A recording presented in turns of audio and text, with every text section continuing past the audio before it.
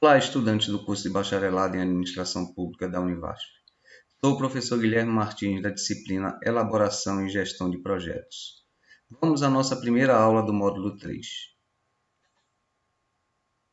Nessa primeira aula do módulo 3, que trata de gestão de projetos, vamos falar de organização e equipe de projetos. Bem, a gente sabe que atrasos e interrupções de projetos de obras públicas são comuns, não é isso? Então a gente já viu, né, inúmeros exemplos, né, de obras que foram paralisadas, né, que foram descontinuadas, né, e obras que nem foram iniciadas, como por exemplo a obra de construção do campus da Univasf, é isso? E por inúmeros fatores, não é isso?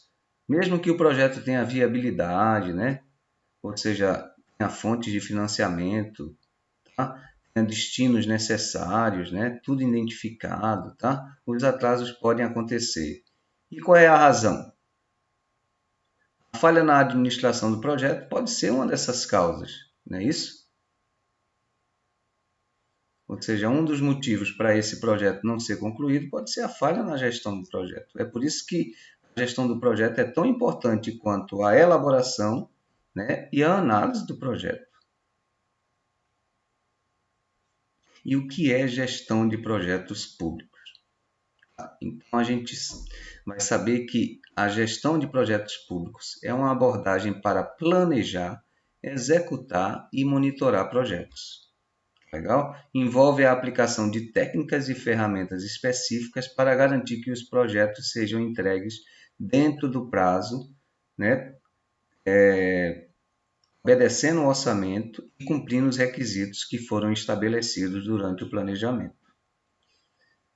É uma fase importante, né, porque ajuda a administração pública a cumprir suas responsabilidades com eficiência e eficácia, né? Ou seja, serviços de qualidade para a população sem desperdícios de recursos públicos. Né? E qual é o papel do administrador público nessa gestão de projeto? Então, cabe ao administrador público gerenciar e controlar as atividades dos projetos pelos quais é responsável. Ou seja, 90% dos projetos excedem o cronograma inicial, mesmo com equipes responsáveis e administradores competentes. Então, se você não for responsável nem competente, né, então provavelmente seu cronograma vai ser excedido, né, já que mesmo com responsáveis e com administradores competentes, isso acontece. Se você não tiver essa qualidade, né, vai acontecer mesmo, não é isso? Então, os excessos nos prazos têm consequências financeiras, não é isso? Além da demora, vai ter um custo decorrente desse excesso, né, desse atraso, não é isso? Ou seja, o custo vai aumentar e ainda vai ocorrer atraso na implementação do projeto, é isso? É fato que o conhecimento técnico e gerencial não é garantia de sucesso, como a gente viu, né? 90% dos projetos excedem o cronograma inicial, não é isso? E isso se deve justamente por conta de eventos incertos. É por isso que a gente falou de plano de contingência, né? Lembra, mas lá no início do curso a gente falou da necessidade de fazer planos de contingência, né? Que contemplem ações para imprevistos, né? Entretanto, imprevistos que você não consegue definir, né? Na hora do planejamento. E isso faz com que os projetos terminem atrasando. De acordo com a lei de Murphy, né? Vocês já ouviram falar na lei de Murphy? Ela diz o seguinte, né? Se algo pode dar errado, vai dar, né?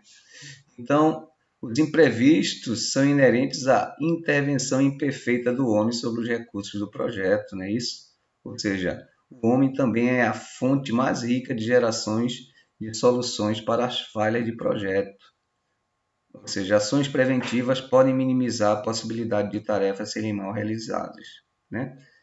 Pois o retrabalho é caro, tanto em termos de recurso quanto em termos de tempo, material e dinheiro. Legal? Então é preciso se precaver, não é isso? Qual é o aprendizado que a gente tem com isso? O aprendizado é que a lei de Murphy destaca o potencial para imprevisto, né? Mas também o potencial para soluções. O homem é capaz de prever soluções, não é isso? Também que ações preventivas podem minimizar a possibilidade de conclusão e retrabalho inadequado de tarefas, não é isso? E que a gestão de projetos é crucial para garantir a conclusão oportuna de projetos de obras públicas, né? Que a falha na administração do projeto pode levar a atrasos e estouros de custo, né? E que só o gerenciamento eficiente de projetos pode garantir economia de recursos, de tempo, de material e de dinheiro. Não é isso? E qual a importância das equipes de projeto? A importância da equipe de projeto é exatamente na qualidade das equipes de projeto que afeta o sucesso dos projetos, né? Se você tem uma boa equipe de projetos, a possibilidade do seu projeto ser bem sucedido é muito grande, né? É por isso que é importante compor uma equipe com pessoas competentes, não é isso? Não monte sua equipe só por montar. É importante que você coloque pessoas competentes, tá?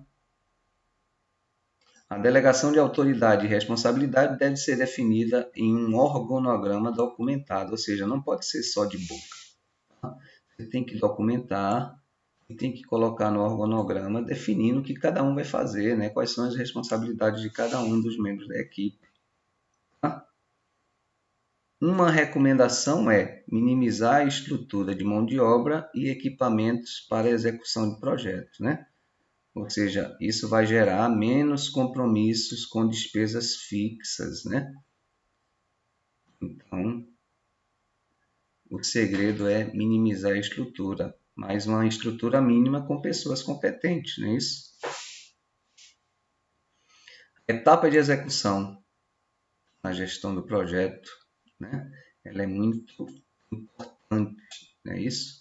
E as bases para a tomada de decisão são o gráfico Gantt, não é isso? As redes PERT, não é isso? Que foram construídos na etapa de elaboração e programação dos projetos, não é isso? Então, esses dados vão ajudar os gerentes a tomarem suas decisões. Um cuidado que a gente tem que ter é com os eventos imprevistos. Como eu falei, eles são eventos que têm o objetivo, né, de estourar seu prazo, né, de estourar seus custos, porque terminam atrasando seus projetos. Tá? É uma grande fonte de geração de não conformidade, não é isso? Legal? Então, é preciso tomar cuidado com esses eventos imprevistos. Tá? Responda essas perguntas aqui. Você já vivenciou alguma situação em que a demanda por um recurso fosse maior que a sua oferta? Ou seja, que um recurso que foi solicitado ao mesmo tempo para uma atividade também tenha sido solicitada para as outras? Se sim, que critério foi adotado ou você adotou para tomar uma decisão e ordenar a prioridade de uso desse recurso? O que foi que vocês fizeram? O que foi que você fez? Então, nessas situações, uma forma interessante de agir é a priorização do uso desses recursos. Ou seja, você priorizando a partir das atividades mais críticas, não é isso? Tá legal? Ou seja, quando você tem uma demanda excessiva por um recurso que é bem escasso, o segredo para não atrasar o seu projeto é priorizar, né? Então, quando você se deparar com situações como essa, uma boa forma de fazer essa priorização é através do nivelamento de recursos, que é uma técnica de programação usada para minimizar os impactos negativos no orçamento e no cronograma decorrente de um uso excessivo de recursos que seja escasso, né? Nesse nivelamento de recursos, ele é um processo de tentativa e erro, ou seja, você vai fazendo o nivelamento e vai ajustando seu cronograma até encontrar, né, a combinação ótima para a sua empresa, né? Legal? Você pode utilizar métodos de otimização, né, para fazer isso para você no Excel, né? Tem o Solver, né? O Solver é uma boa ferramenta que você pode utilizar para fazer essa otimização. Legal? E aí, você vai fazer isso baseado na folga de cada atividade, não é isso? Legal? Então, quando você se deparar com essas limitações de recurso, tá? E com a demanda excessiva desse recurso, é interessante que você faça o nivelamento desses recursos. Tá? Se você tem um projeto de grande porte, aí fica bastante complicado fazer isso manualmente, né? É por isso que recomenda-se utilizar um software de gestão de projetos como o MS Project. Tá? Mas numa planilha do Excel dá para a gente fazer isso. Tá? Aqui está, né? Um exemplo do uso do MS Project, tá? No nivelamento de recursos, tá? Aí você vai se perguntar que atividades eu devo priorizar? A atividade com maior ou menor folga? Ou a atividade com maior ou menor prazo? E aí, o que você vai fazer? A lógica é a seguinte, né? Você vai priorizar a atividade que tem a menor folga. Por quê? Porque isso vai lhe dar maior flexibilidade de execução daquelas atividades mais críticas e não vai bloquear o fluxo das atividades, né? Que vão continuar no seu fluxo normal. Então, a prioridade são as atividades com menor folga. Tá? E aí, quais são os desafios das restrições de recursos? Primeiro, tomar decisões sem precedentes, né, para lidar com esses imprevistos. Segundo, como os recursos são limitados, tá? Podem levar à extensão de prazos, né, para se concluir o projeto. Tá? Terceiro, a priorização das atividades, tá? Que vão precisar daqueles recursos, né, através do nivelamento. Legal? E o registro dessas alterações no cronograma. Isso é muito importante. Tá? E aí, quais são as lições que a gente tem na formação de equipes? Primeiro, que as equipes são a chave para o sucesso do projeto, não é isso? Segundo, a minimização de despesas fixas podem ser alcançadas, minimizando a estrutura de mão de obra e equipamento, né, na execução. Tá? Atividades de agendamento ajudam o gerente a tomar decisões durante a execução do projeto. Tá? O nivelamento de recursos ajuda a minimizar os impactos negativos do orçamento, no orçamento e no cronograma, quando você tem limitação de recursos, né? Tomar decisões sem precedentes é necessário para lidar com os imprevistos, então você tem que tomar sem medo. Tá? E a priorização de atividades durante as restrições de recursos pode ser baseada na folga. Tá legal? Então essas são as lições que a gente aprende na formação de equipes. Pois bem, então chegamos ao nosso estudo de caso, né? Essa nossa atividade de estudo de caso. E aí, a partir do estudo que a gente fez sobre a gestão de projetos, eu peço que vocês respondam. Qual ponto fraco você considera em você, né? O que você considera ponto fraco? Ou seja, você tem qualidades e características necessárias para que uma pessoa seja qualificada para desempenhar a gerência de um projeto? O que é que você acha? Você acha que tem essas qualidades? Qual é o seu ponto forte no gerenciamento de projeto? Fale aí para mim. Tá legal? Eu quero que vocês coloquem isso num papel dentro do nosso estudo de caso. Como questão de fixação, eu coloquei essas 5 questões, né?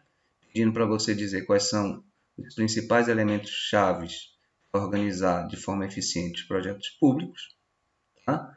Como definir e estruturar uma equipe de projetos eficaz, quais são os principais desafios enfrentados na gestão de equipes, como realizar o nivelamento de recursos, tá? Com restrições de forma eficiente, como o nivelamento de recursos com restrições afeta o cronograma, a alocação de recursos e o desempenho geral do projeto. Então, com o exercício de fixação, eu peço que vocês respondam essas questões. Então é isso. Até a próxima.